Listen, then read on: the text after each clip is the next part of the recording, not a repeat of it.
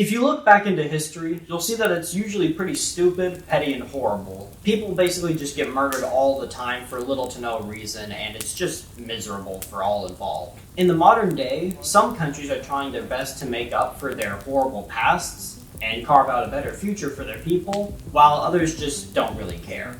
I'm What, and this is the first episode of a new series where I rank countries by how well they follow these 5 rules. 1. Make your population as well off as you can. 2. Don't kill people without good reason. 3. Don't force people to do stuff without good reason. 4. Don't steal other countries' stuff. And 5.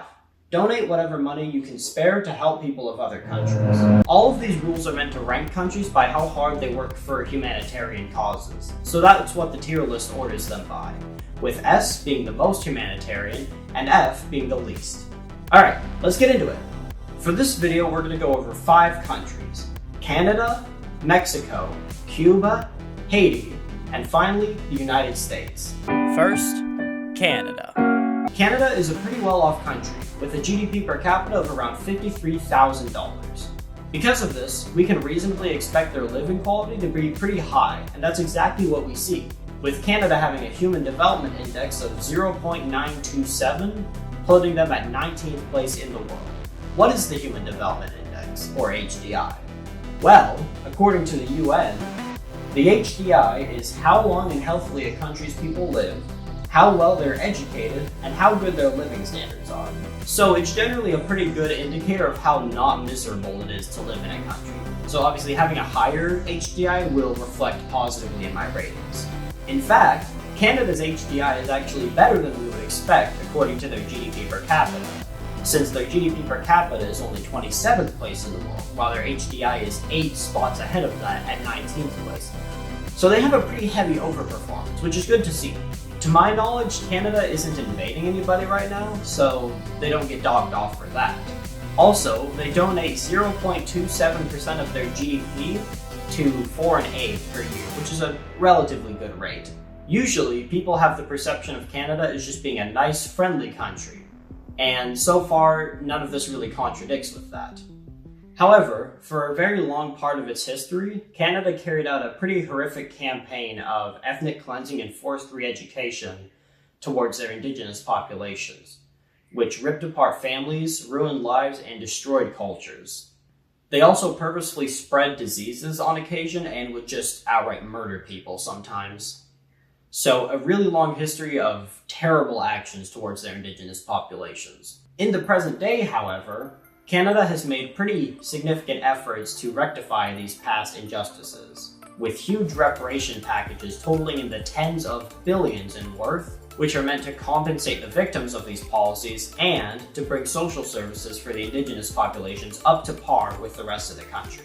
So while it's obvious that Canada's history was often pretty horrible, the fact that they've worked so hard to fix these issues in the present day means I'm not going to give them a much worse rating for it. However, since they're so well off, I think that the 0.27% rate of foreign aid could be a bit higher. While Canada doesn't donate the biggest portion of their economy to foreign aid, they overperform in living quality and have done a lot of work to rectify their horrible history. For all these reasons, they get an A. Second, Mexico.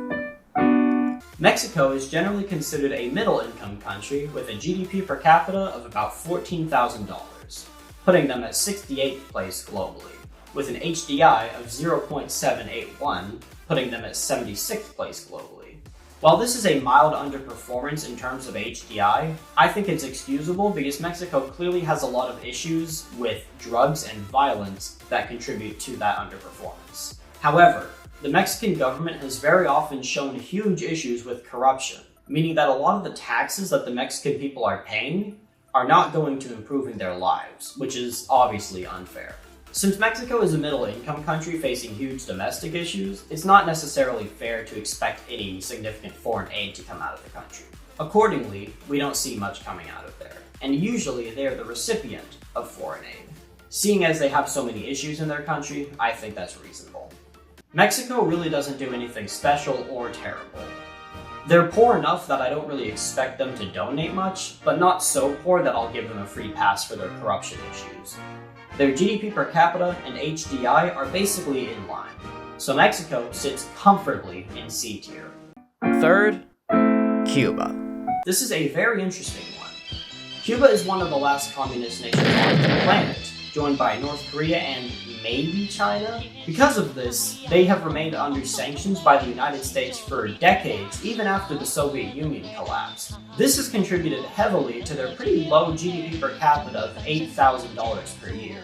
However, their HDI is actually 0.764, which is a pretty big overperformance. This puts them 40 places higher up on the HDI rankings than the GDP per capita rankings, which is actually the largest overperformance on the planet out of any country, with second place going to Tonga at only 34. I hate to say this, but did Cuba make communism work?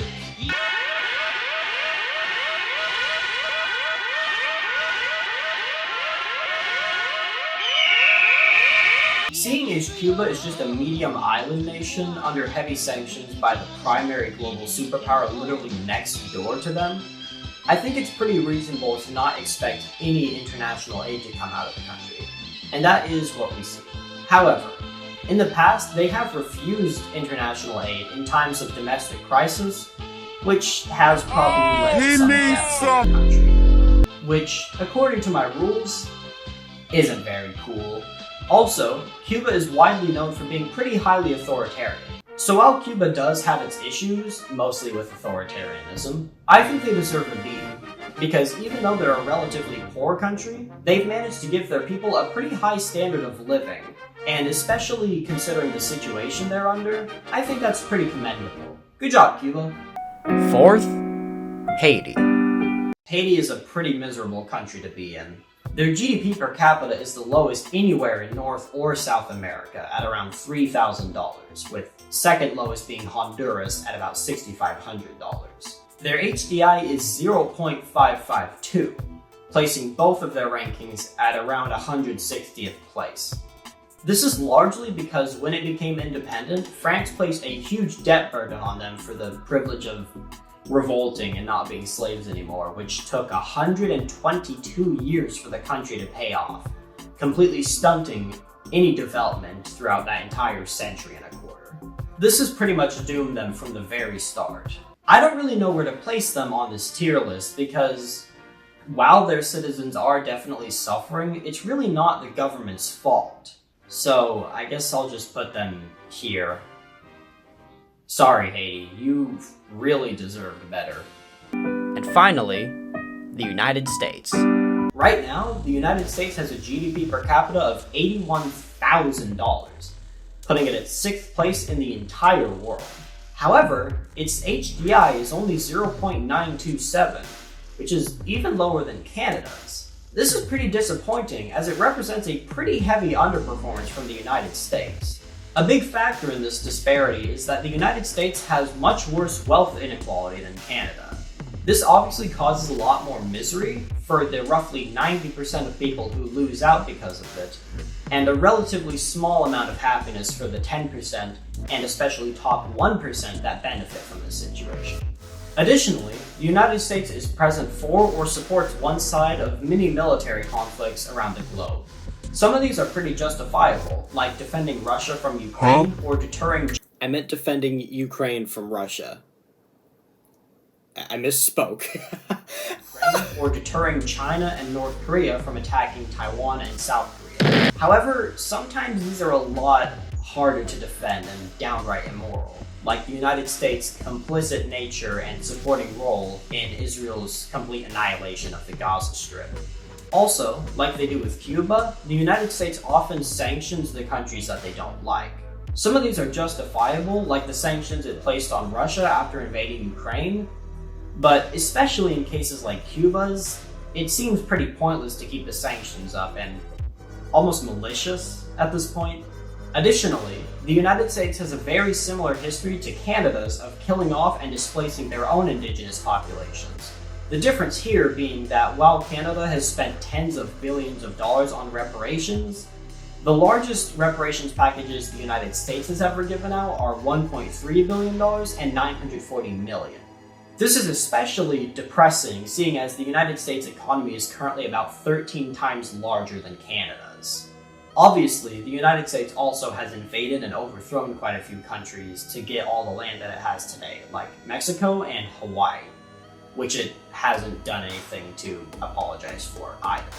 And then also things like slavery, segregation, and redlining haven't been apologized for either, even though they have been repealed.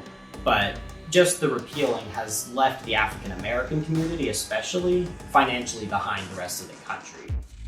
Obviously, the United States isn't sending reparations to any of the countries it has invaded recently, so there's that. What about foreign aid? Well, the United States donates 0.16% of its GDP per year, which is significantly lower than the 0.27% I was disappointed with Canada for. That kind of sucks. What else sucks is that I'm about to have to rank my own country, and it's not looking very good. The United States has done a lot of horrible stuff to its indigenous populations, non-white populations, and the rest of the world. None of which it's really made up for, only giving token reparations to indigenous communities on occasion. Its foreign aid numbers are also pretty depressing, which is especially sad considering the huge economic potential of such a wealthy country to do great for the world. The United States could single-handedly save countries like Haiti and many others from their current states of destitution, but it chooses not to do so, pretty much just for greed.